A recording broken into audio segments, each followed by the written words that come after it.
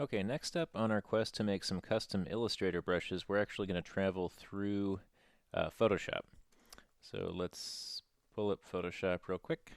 In the last video, I talked about how to scan, and then I scanned out a little image you could see there a moment ago on my desktop. That's relatively high resolution.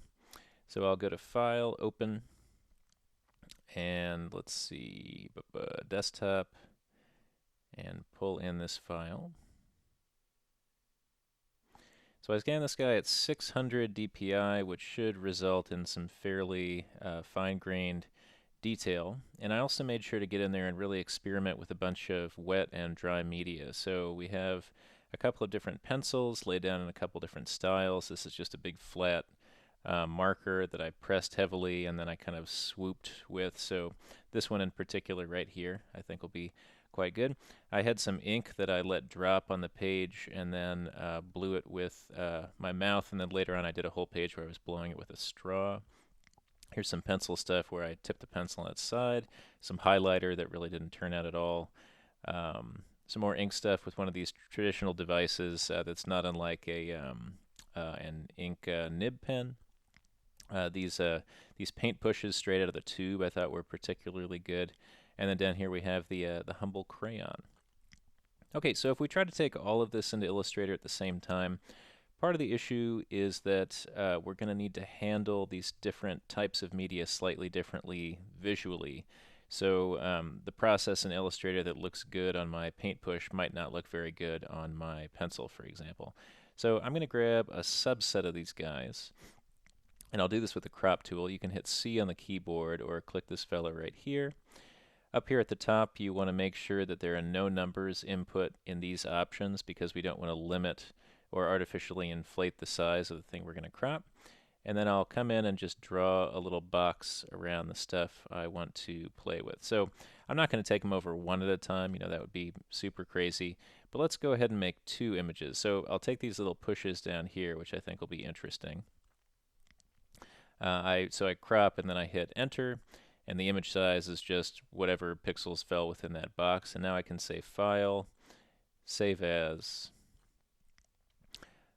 Let's do this to the desktop so we can see where it goes. JPEG is the file type, and then I can call these, say, blackmarker.jpg. I'll have the option for how large I want the quality to be. If I push the quality all the way up and I'm still under a megabyte, that's going to be fine. If the image gets too large in terms of file type, eventually it's going to start to bog down Illustrator, but 330K is really not that big at all. Okay, so I come back here. If I'm lucky, I can hit Command Z and it'll let me undo back past the crop, but it looks like it won't. So to go back, I'll head to File, and then down to, oh, interesting, revert isn't even available on here. I guess that's because now we're looking at the new image that I output, black_marker.jpg. So to solve that, I'll go to File, Open Recent, back to Brushes, Scan, and we get our original back.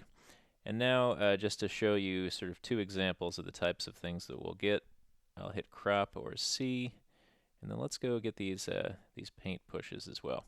Now, if you accidentally wind up including little marks of another kind, don't worry, because once we head into Illustrator, we'll be using a process that allows us to further isolate these individual marks. So I hit Enter, go to Save, JPEG Options, or rather I should say File, Save As, so I don't copy over that guy, and then I'll say red_paint JPEG and output it to here. Now another thing, that one's starting to get a little bit bigger, but I'm going to, maybe I'll pull that down like to 10 just to get that a little bit smaller. There's a little bit more of an art than a science there. Now another thing that you may choose to do if these marks aren't showing up very well, actually here I'll show you one more now that I'm thinking about it. So head to Brushes, Scan. So let's pick something on here that might be, say, slightly more challenging. I'm really curious how this crayon is going to turn out. So if I come down here to crop, and you can see these are the El Cheapo store brand crayons that don't have a lot of pigment in them.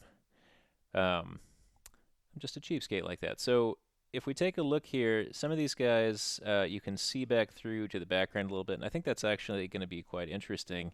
If we're concerned that it's not going to show up in Illustrator very well, if we have really light pencil marks or something, I can head up to Image, Adjustments, and Levels.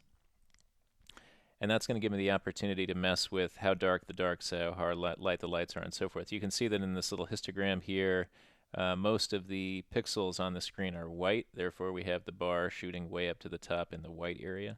So if I pull white back in this direction, you can see that I'm including more things in 100% white now on the right side of that little bar, and that's why everything starts to get too light. So in this case, we're actually going to move black in this direction, see, until we start picking up the actual pixels on the screen. What this suggests is that there's no pixels in this image currently from about 80% to 100% black. So if I move this guy over to here, and then I mess around with these middle points for a little bit, I can actually get these marks starting to look quite stark.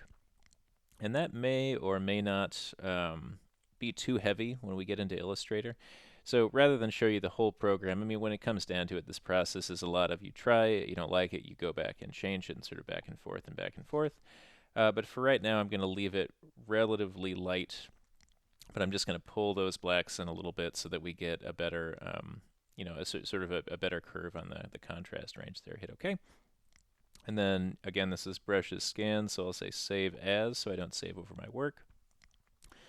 And then we say crayon scan, and those changes will be embedded in the image. Okay, great. Next step, we'll pull this up in Illustrator and work our magic.